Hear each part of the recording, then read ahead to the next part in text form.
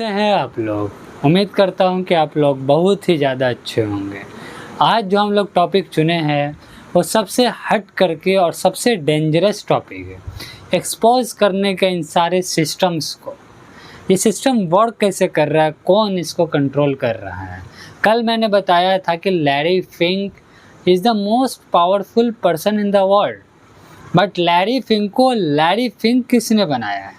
और Larry Fink अगर आज इतना पावर एक्यूमुलेट करके इतना फ़ायदा उठा पा रहा है या फ़ायदा दे पा रहा है तो किसको दे पा रहा है, और कौन उससे सबसे ज़्यादा फ़ायदा उठा रहा है?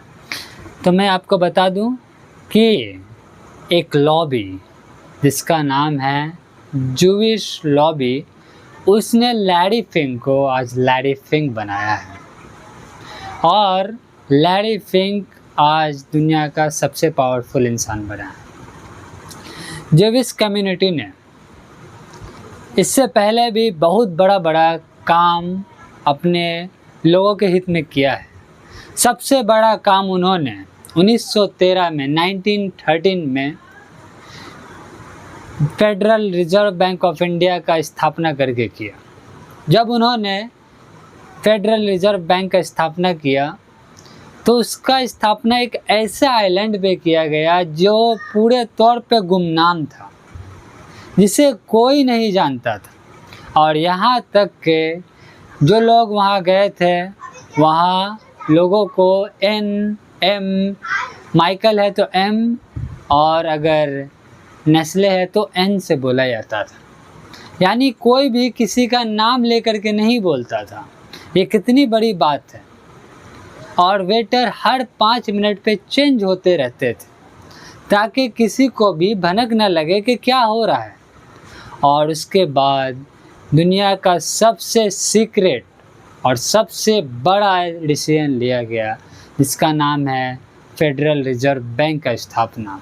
और मैं आपको बता दूं कि 1913 से लेकर के अब तक सिर्फ एक क्रिश्चियन बना है फेडरल रिजर्व बैंक का चेयरमैन। बाकी सभी के सभी जूविश और जुडाइज़म से कनेक्शन रखने वाले थे। लेकिन फेडरल रिजर्व बैंक पे कंट्रोल इतना इम्पोर्टेंट क्यों है?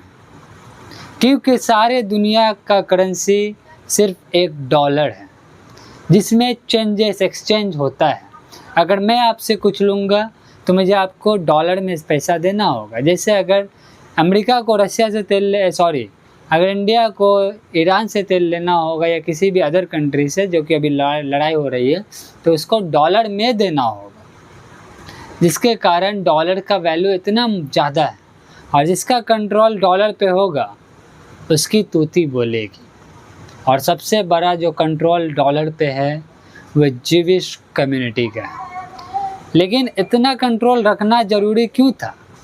क्योंकि जूविश को हिटलर ने मार मार के सबक सिखा दिया। जब 60 लाख जूविश को चैम्बर में डाल करके जलाया गया और उसका एक बोटी तक नहीं बचा, तब जूविश को घेटो नाली से निकल करके दिमाग आया कि हमें अपने बच्चों के लिए कुछ ऐसा करना होगा जिससे कि हम लोगों के आने वाले नस्ल उसका दोबारा शिकार ना हो। और आज तक रियलिटी में ये चीज़ नहीं हुआ। और मैं आपको बता दूं कि आज के डेट में जो सबसे बड़े पोस्ट पर और सबसे बड़ा पावर रख रहे हैं वो जूविश रख रहे हैं। और मैं आपको हैरानी के लिए बता दूं कि आपके मोबाइल में या मेरे मोबाइल में या किसी के भी मोबाइल में सबसे ज़्यादा डेटा अगर किसी के पास है तो वो है जूविश। आप अगर इंस्टाग्राम चलाते हैं, व्हाट्सएप चलाते हैं, या फिर फेसबुक चलाते हैं, या फिर आप यूट्यूब चलाते हैं, या फिर आप गूगल चलाते हैं, या एंड्रॉयड चलाते हैं, सारा का सारा किसका है? गूगल लैरी पेज का, फेसबुक मार्क जकरबर्ग का। और मैं कितना अनगिनत चीज़ें बताऊँ, तो इसलिए आप सभी को समझना ज़रूरी है। We have to create something in order to become powerful, and we have to make people dependent on us, ताकि हम लोग गलत ना इस्तेमाल करें, बल्कि प्रोड्यूस ऐसा करें ताकि लोग ज़्यादा से ज़्यादा उन चीज़ों का इस्तेमाल करें।